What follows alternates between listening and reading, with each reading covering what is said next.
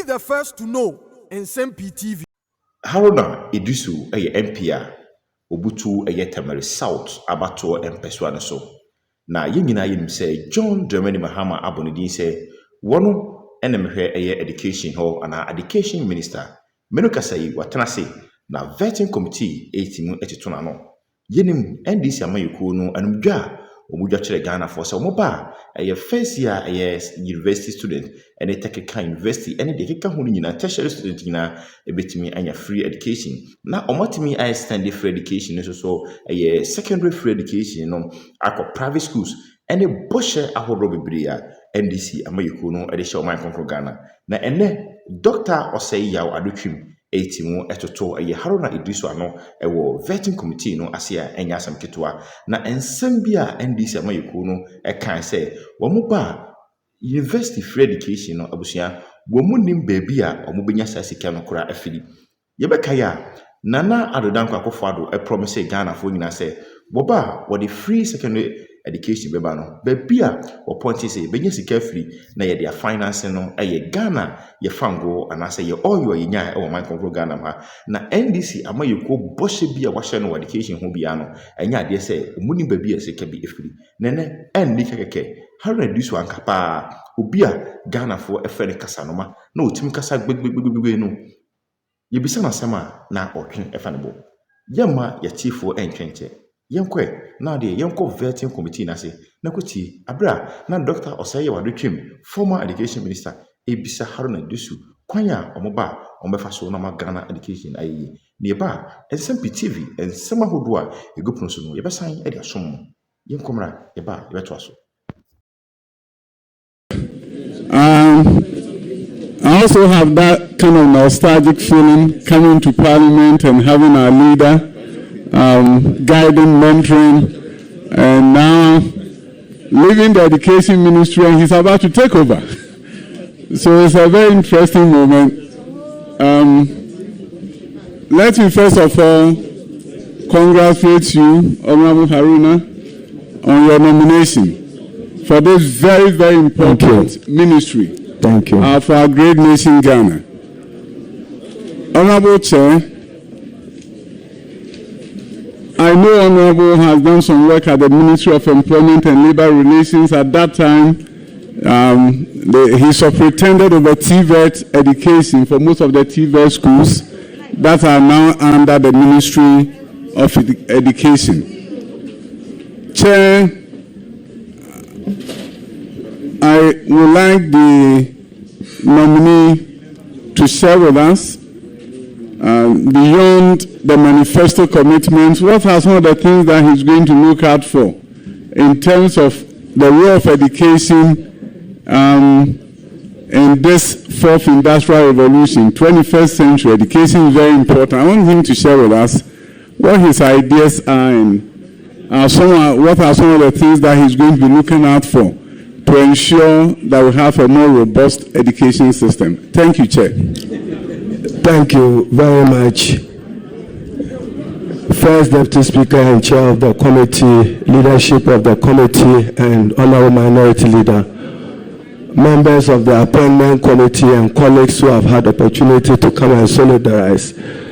It's my honor and privilege to respond to the question posed by the just past Minister for Education on what President Mahama and the NDC intend to do with the education sector.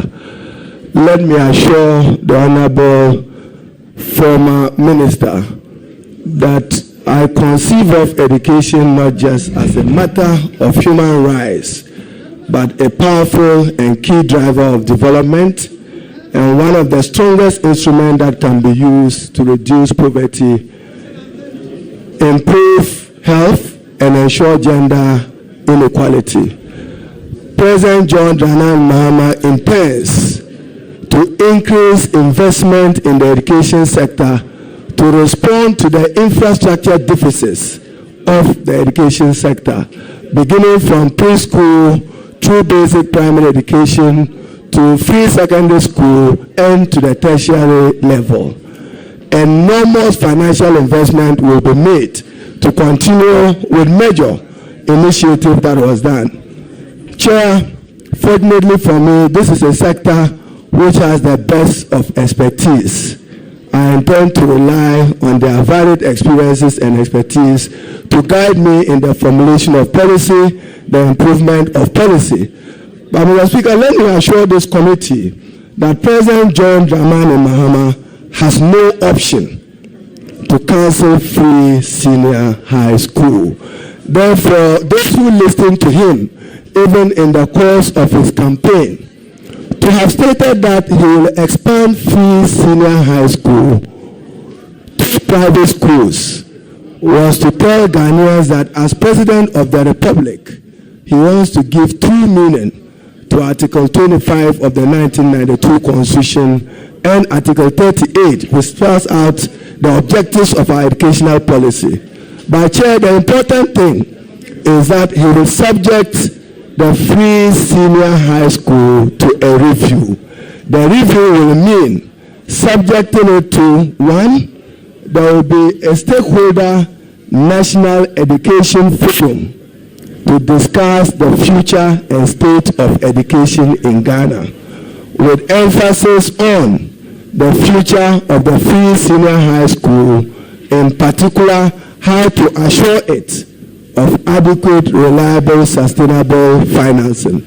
Mr. Speaker, I do not want to, at this moment, stir controversy, but some of the numbers, Mr. Minister, as you may recall, I will validate some of the statistics to some statistical validation of those issues. So we will undertake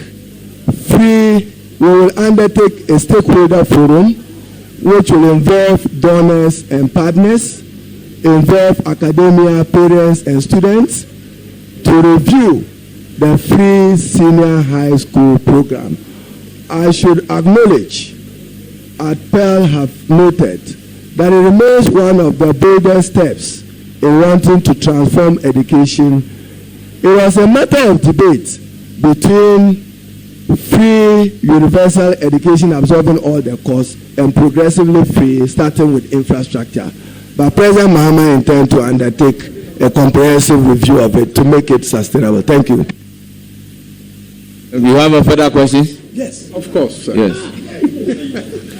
Yeah. Let me indicate that we have 2 members, leadership of the subject matter committee, but the 2 of them will not ask question. One is from the nominee. Honorable Chair, beyond secondary education, which normally is the upper secondary, because by our statutes, we don't look at junior high as part of secondary. Beyond secondary education, I know there are a number of manifesto commitments in the field of tertiary, which is guaranteeing or is going to promise of fee-free level 100. If the nominee can shed some light on it, so that we'll be able to know what's going to happen in that area. Thank you very much, Chair and members, and thank you, Honorable Minister. President Mahama and the NDC promised free tuition for students from level 100 who would undertake normal programs in the various public universities of our country, including what he has said expanded to private tertiary institutions. The number, a population for which the country will require about 345 million Ghana cedis. Of the population of students who enter tertiary institutions, that is what the state will be required to do. We intend to provide that money to the affected universities, at least one to make refund to all those who have already paid those fees. But Chairman, the beauty of this is that it's open. Even parents who are still willing to pay can do so under this principle that has been introduced by the NDC. So we intend to mobilize with the Ministry of Finance some additional financing to cater for the population of students. It will be in the region of 125,000 as I look at it. and we provide 375 million Ghana cedis to support that. So every student who has paid will have a refund of his money, and the president intends to expand this over the years. Thank you. Please proceed. Honorable Chair, one of the areas that I will always be proud of as a former Minister for Education is the area of science, technology, engineering, mathematics education. Great progress has been made. Yes. And as measured... Please address the chair. Chair, great progress has been made. It has been validated. It has been validated around the world. STEM education in Ghana. I want to ask the nominee what plan his soon-to-be ministry is going to do about STEM education. Thank you, Chair. Thank you, members. Thank you, Honorable. The significant thing for the NDC and President Mahama, as far as education is concerned, is for us to contribute meaningful to our national sustainable development efforts. At the tertiary level, emphasis will be on access, quality, and relevance. At the secondary level, emphasis will be on foundational learning in order that we can produce critical thinkers for the future. There will be a review of pedagogy and curriculum at all levels of education to meet the country's aspirations into the future and for meaningful contribution to our national development effort. I should note the effort you have done in getting STEM. We intend to build, at least in every region of Ghana, a model STEM school, which will carry from kindergarten to senior high school to produce men for the future of work. We appreciate that going into the future, we will need to train more people in science, information and communication technology, and engineering. In that respect, our investors will be expected to relate more to industry without compromising their core academic objective training models. Thank you, Chair. Any further questions? Yes, please. Honorable Chair, this House has had an opportunity to approve GETFund formula. We have all lamented about capping and debate about uncapping. I want to know the opinion of the nominee in the next budget coming up, what he intends to advocate for and push for in order to meet these aspirations of this House, which has been around for a long time. Thank you, Honorable Chair. Thank you very much, Chair, and thank you for the question. And for me, also nostalgic. Those days in 1997, I was one of the strong advocates with many of our colleagues around here to advocate for the establishment of the GETFund. Before then, tertiary education was largely public funded. Tuition remained free. There was no access even to private tertiary institutions. The Ghana Education Trust Fund has done its part. In the last few years, it has suffered because of the decision of then Minister of Finance to cap it. President Mahama and the Minister of Finance have gone public, and I join them in saying that we will uncap the GETFund to free additional resources to support robust infrastructure development. Indeed, mathematically, cap GETFund today is about $3.2 billion Ghana cedis, 3.2 billion Ghana cedis. Uncap, it will make available to the Ministry of Education some 7.9 billion, which will accelerate expanded infrastructure. For instance, there are about 2,800 schools that needs to be fixed to deal with the problems of overcrowding. There are about 26,000 schools which has no changing facility for young girls for purposes of hygiene. There are about 780 schools that is required to expand access to junior high school. We will uncap GETFund. I would engage the Minister for Finance to do this as a matter of expediency, and for the President to engage with the IMF to review the memorandum which included the GETFund in the negotiations. President Mahama has said that he will review the IMF. So part of the review will be to uncap the GETFund and free those additional resources to support the country to rely on GETFund resources to finance education generally, in particular higher education. Please proceed to ask the question. Honorable Chair, I'm coming to you. in this great country, Ghana, the middle class has been squeezed for many years. Teachers, nurses have been squeezed, given the fact that majority of them have to find money to send their children to private school at the junior high school level especially, before then jumping into public schools at the senior high school level. Our public schools have gone into serious dilapidation for many years, and I'm happy that we began an effort to transform public schools. Public schools in rural areas have seen new facilities. Urban areas, new public schools have been built so that the middle class can find solace in our public schools. And I'm happy that at least in Greater Accra, you can see Accra STEM Academy. Please, order. They should stop this thing. Honorable Yusuf, I do not want to mention your name again.